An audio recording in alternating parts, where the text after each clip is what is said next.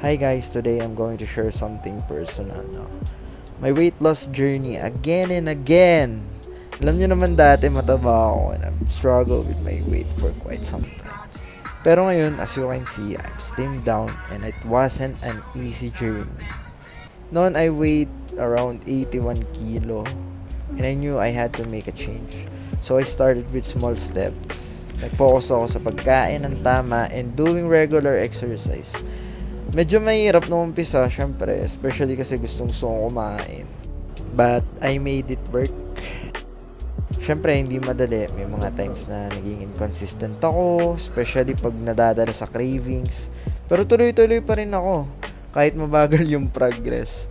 So, fast forward tayo today, no? I've lost around 17 kilos.